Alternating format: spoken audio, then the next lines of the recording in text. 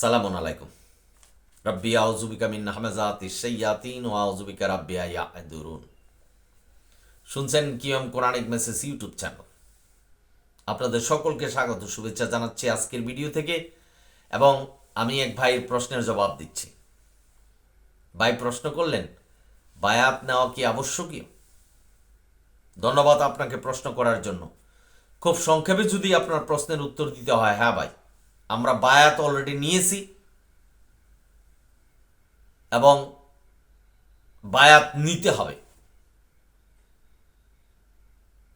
কিভাবে নিতে হবে, কিভাবে বায়াত নিলাম, কার মাধ্যমে বায়াত নিলাম, সেই প্রশ্নগুলি আমি আপনাদের কাছে তুলে ধরছি।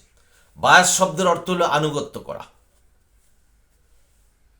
এবার আপনি নিজেও বুঝে গেলেন আমরা কার আনুগত্য করছি, আল্লাহর আনুগত্য করছি, অর্থাৎ আল্লাহর উপরে আমরা বায়াত নিয়েছি।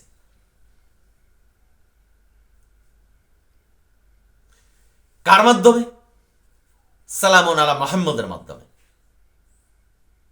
আমাদের গ্রন্থটা কি? কোরআন। বিধানটা কোথায়? কোরআন। আল্লাহর উপর বায়াত নিয়েছি, আমরা প্রতিজ্ঞা করেছি আল্লাহ যে বিধান দিয়েছেন, যেভাবে দিয়েছেন সেটাই অনুসরণ করব। কোরআন ব্যতীত অন্য কিছু অনুসরণ করব না। এটা হলো আল্লাহর উপরে বায়াত। এখন আপনাদের মনে প্রশ্ন জাগতে পারে যে সালামুন আলা মুহাম্মদের উপর মানুষ তো বায়াত নিতেন। মুহাম্মদ তার ব্যক্তি জীবনে কি করেছেন সেটার উপর বায়াত নয়। সালামুন আলা মুহাম্মদ হলো আল্লাহর রাসূল। আমরা কিন্তু অনেকেই ভুল করি যে সালামুন আলা মুহাম্মদ আমাদের রাসূল। না, আল্লাহর বাহক, আমাদের বাহক নয়। সুতরাং আমার রাসূল বা আমাদের রাসূল এটা বলা যাবে না। আমাদের নবী, নেতা বলতে পারবো। আল্লাহর রাসূল, আল্লাহর বাহক। ভাই বোনেরা, আপনারা যারা শুনছেন, যারা নবীর কাছে বায়াত নিতেন, নবীর কাছে বায়াত নিতেন, কারণ নবীর কাছে আল্লাহর ওহী আসত। সেই ওহী অনুসরণ করবেন, সেই ওহীর আনুগত্য করবেন। কি ওহী এসেছে নবীর কাছে যেতেন, যে আল্লাহর বিধান কি সেটা আমাদের জানিয়ে দেন, তার উপরে আমরা আনুগত্য করব, বায়াত নেব। সুতরাং নবীর উপরে বায়াত নয়, এটা হলো আল্লাহর উপরে বায়াত, আল্লাহর কিতাবের উপরে বায়াত। আশা করি বুঝতে পেরেছেন। এই দুনিয়াতে কারো উপরে বায়াত নেওয়ার কোনো আবশ্যকতা নেই। আজকে সমাজে দেখবেন পীর, ফকির, মাজার এবং কি মানুষ তাদের কাছে বায়াত নিচ্ছেন, কারণ তারা ভিন্ন বিধান সৃষ্টি করছে। কোরআন থেকে বিভাজিত হয়ে কোরআনের বাইরে বিধান সৃষ্টি করছে, সেটার উপরে বায়াত নিচ্ছে। যারা পীরের কাছে যাচ্ছেন, যারা ফকিরের কাছে যাচ্ছেন, যেটা আল্লাহ সম্পূর্ণভাবে নিষেধ করেছেন সূরা মুমিনুন 34 নম্বর আয়াত। কোন মানুষের আনুগত্য করা যাবে না। সালামুন আলা মুহাম্মদ মানুষ, নবীর ব্যক্তি জীবনের আনুগত্য করা যাবে না। নবীর কাছে যা ওহী এসেছে, নবী যা কোরআনের মাধ্যমে আমাদের কাছে প্রচার করে গেছেন, সেটার উপর বায়াত আনতে হবে। শুধু কোরআন। সালামুন আলা মুহাম্মদ বুখারী শরীফ, মুসলিম শরীফ, তিরমিজি শরীফ, আবু দাউদ, নাসাই, যত হাদিস গ্রন্থ আছে মানব রচিত, সালামুন আলা মুহাম্মদের জীবদ্দশায় সালামুন আলা মুহাম্মদের নামও জানতেন না। অথচ আজকের সমাজে মোল্লারা বলছেন যে বুখারী শরীফ, মুসলিম শরীফ এগুলি নবীর বাণী, এটা কোরআনের মতো করে মানতে হবে। মাআযাল্লাহ, আমাদের প্রথমষ্ট হতে হবে। এবং যারা মানছেন কোরআনের পরিবর্তে কোরআনের সাথে সাংঘর্ষিক হাদিস, তারা পথভ্রষ্ট হয়েছেন। ভাই বোনেরা, আপনারা যারা শুনছেন, সুতরাং বায়াত নেয়া আবশ্যকীয়। আমাদের সালামুন আলা মুহাম্মদ আল্লাহর উপর বায়াত নিয়েছেন এবং আল্লাহর বিধান অনুসরণ করেছেন এবং আমাদের কাছে আল্লাহর বিধানই প্রচার করে গেছেন। আজকে সমাজে মোল্লারা বলছেন যে শুধু কোরআন প্রচার করে যায়নি, বুখারী শরীফও প্রচার করে গেছেন। এটাও মানতে হবে। আজকে মোল্লারা খেপে যাচ্ছেন যখন বলা হবে যে শুধু কোরআন মানতে হবে, খেপে যাচ্ছেন। না, হাদিসও মানতে হবে, হাদিস না মানলে কাফের হয়ে যেতে হবে। অথচ আল্লাহ বলছেন যে শুধু কোরআন না মানলে কাফের হয়ে যাবে। সূরা মায়দার 44 নম্বর আয়াত। সূরা মুমতাহিনা 12 নম্বর আয়াতে কি বলছেন? তোমরা সেই সম্প্রদায়ের কাছে যেও না বা তাদের কথা শোনো না, বায়াত নিও না যাদের প্রতি আল্লাহ অসন্তুষ্ট। অর্থাৎ আল্লাহর বিধানের উপরে যারা নাই, কেবলমাত্র আল্লাহর বিধানের উপরে যারা নাই, তাদের প্রতি আল্লাহ অসন্তুষ্ট। সালামুন আলা আদম থেকে মোহাম্মদ পর্যন্ত যত নবী রাসূল ছিলেন এবং তাদের উপর আল্লাহর বিধান এসেছে, তারা শুধু আল্লাহর বিধান মেনে গেছেন, অন্য কোনো কিতাব রচনা করেনি বা অন্য কারো কিতাব তারা অনুসরণ করেনি বা কারো প্রতি তারা বায়াত নেয়নি। প্রত্যেকটা নবী রাসূল আল্লাহর প্রতি বায়াত নিয়েছেন।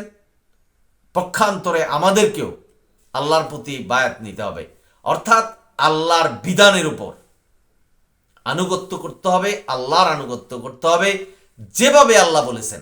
আল্লাহ কোথায় বলেছেন? কোরআন।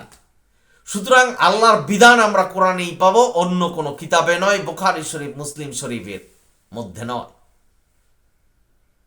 আমি অনেক ভিডিওতে বলেছি যে নদীতে কুমির থাকে এবং মাছও থাকে, আপনি সেখানে তো মাছ শিকার করতে যেতে পারবেন না, বিপদে পড়বেন।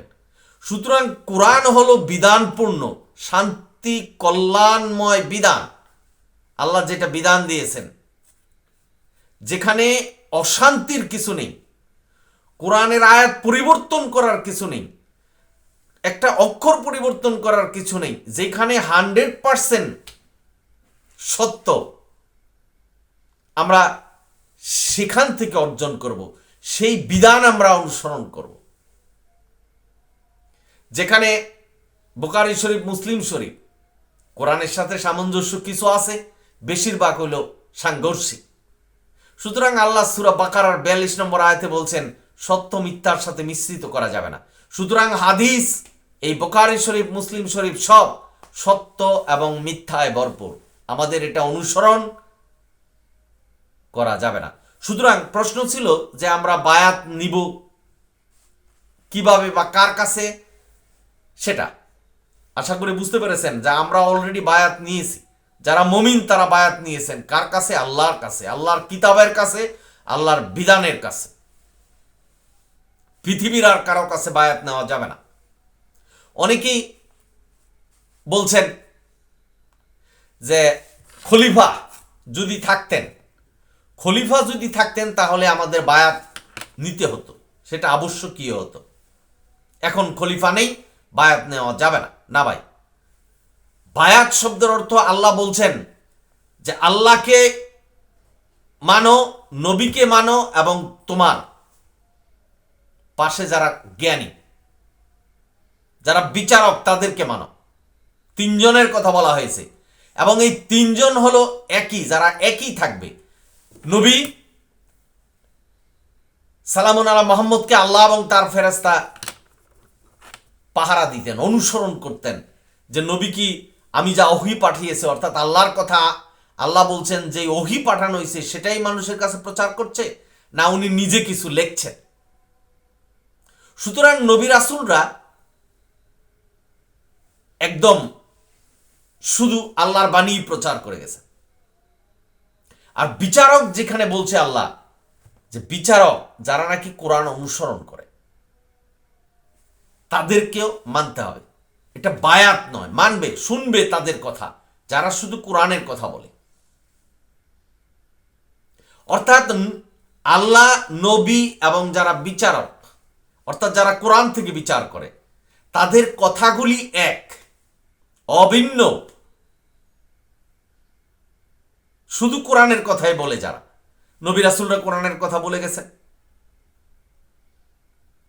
এবং বিচারক যারা, অর্থাৎ কোরআন থেকে যারা বিচার করে, সূরা মায়দার 44 নম্বর আয়াত অনুসারে তাদেরকে মান্য করতে হবে, শিখতে হবে তাদের কাছে, যে বায়াত নয়। সুতরাং দুনিয়াতে কারো কাছে বায়াত নেওয়া যাবে না, পীর ফকির তো নাই। এর জন্য আমাদের প্রয়োজন হলো কোরআনটাকে আমাদের জানা, আল্লাহ কিন্তু আমাদের দায়িত্ব দিয়েছে যে আমি যে গ্রন্থ পাঠিয়েছি, আল্লাহ যে বললেন আমি যে গ্রন্থ পাঠিয়েছি এটাকে শিক্ষা করার, আল্লাহ কি বলছেন, আমাদের কিভাবে জীবন প্রতিষ্ঠা করতে হবে এটা জানতে হবে। এটা এমন নয়, এই প্রচলিত সমাজে অনেকে এমন আছে, মোল্লারা বলছেন আমরা মানছি, জিজ্ঞেস করলে বলে যে মোল্লারা লেখাপড়া করে আমাদেরকে বলছেন, সুতরাং তারাই তো জানছে, তারা যেটা বলবে সেটাই মানব। এরকম অন্ধবিশ্বাস করা যাবে না। অন্ধবিশ্বাস করতে হলে আল্লাহ যে বলছেন যে আল্লাহকে বিশ্বাস করতে হবে। আল্লাহ যে বলছেন জালিকাল কিতাবুল লা রাইবা ফিহি হুদাল লিল মুত্তাকিন, যে মুত্তাকিনের জন্য এই কোরআন হলো নির্দেশনা, আল্লাহর কথাটাকেই মানতে হবে। এটা নবীরা বলে গেছেন, সালামুন আলা মুহাম্মদ বলে গেছেন, বিদায় হজে বলে গেছেন, শুধু কোরআন। ভাই বোনেরা, আজকের সমাজে মোল্লারা কোরআনের সাথে মানব রচিত হাদিস মানতে বাধ্য করছেন। আমি পরিশেষে বলতে চাই আমাদের সাবধান হতে হবে, সাবধান হবেন। কোরআন সারা যদি অন্য কিছু মানেন তাহলে শিরক করবেন, কারণ আল্লাহ এক, আল্লাহর সাথে কারো তুলনা নেই, সূরা ইখলাসে বলেছেন। সুতরাং আল্লাহর সাথে যদি তুলনা না থাকে, কোরআনের সাথেও কারো তুলনা নেই, কোনো মানব রচিত হাদিসের তুলনা নেই। যদি কেউ করে তাহলে পথভ্রষ্ট হবে, এটাই সত্য। আশা করি বুঝতে পেরেছেন। বায়াত আমরা অলরেডি নিয়েছি আল্লাহর কাছে, আল্লাহর কিতাবের কাছে, আল্লাহর বাণীর কাছে এবং আল্লাহর বিধানের কাছে, এবং এই দুনিয়ার সকল মানুষকে কোরআনের প্রতি আহ্বান জানাচ্ছি যে আপনারা কোরআনের প্রতি বায়াত নেন, কোরআনের বিধানের আনুগত্য করেন। বায়াত শব্দের অর্থ হল আনুগত্য। যদি আল্লাহ আপনাদের হেদায়েত দেয়, আল্লাহ সবাইকে হেদায়েত দেয় না, কারণ আল্লাহ অন্তরের খবর জানে, আপনার অন্তরে কি আর মুখে কি। সুতরাং ধর্ম হলো অন্তরের বিশ্বাস, মুখে প্রকাশ এবং কর্মে তা জারি রাখা। সুতরাং আমরা আল্লাহর প্রতি বায়াত নিয়েছি, কোরআনের প্রতি বায়াত নিয়েছি, আল্লাহর বিধানের প্রতি বায়াত নিয়েছি, অন্য কারো প্রতি বায়াত নেওয়া যাবে না। সকলেই ভালো থাকুন, সুন্দর থাকুন। যদি ভিডিও ভালো লাগে সাবস্ক্রাইব এবং শেয়ার করবেন। অনিল হামদুলিল্লাহ রাব্বিল আলামিন। সালামুন আলাইকুম।